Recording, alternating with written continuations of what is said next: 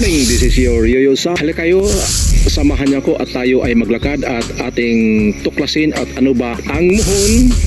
Oras na mabaon sa lupa at ang muhon kadalasan ay binabaon doon sa mga boundary at saka mga partition. Pag naibaon na yan sa lupa, hindi na siya pwedeng bunutin o ilipat dahil naka-bound, intertwined na siya sa isang batas, yung 131. Kung ilipat mo na, walang anuman, basta ilipat mo lang dahil hindi ka naniniwala, mayroon kang kaukulang kaso na matanggap, lalo na kung ikaw ay nakita ng isang tao o napicturan ka, na videohan na inilipat mo yung muhon. Ang parusa niyan ay nandyan sa mga 10 years in prison at magbayad ka ng 20,000.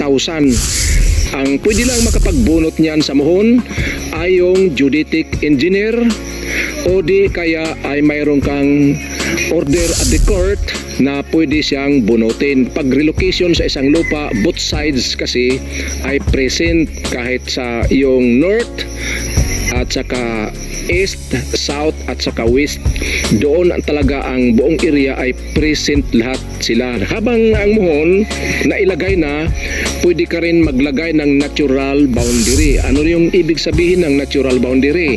Magtanim ka dyan ng puno ng kahoy o di kaya prutas o di kaya coconut. Pero huwag mo siyang idikit sa muhon. Kailangan mayroon siyang agwat, half meter o 1 meter ang agwat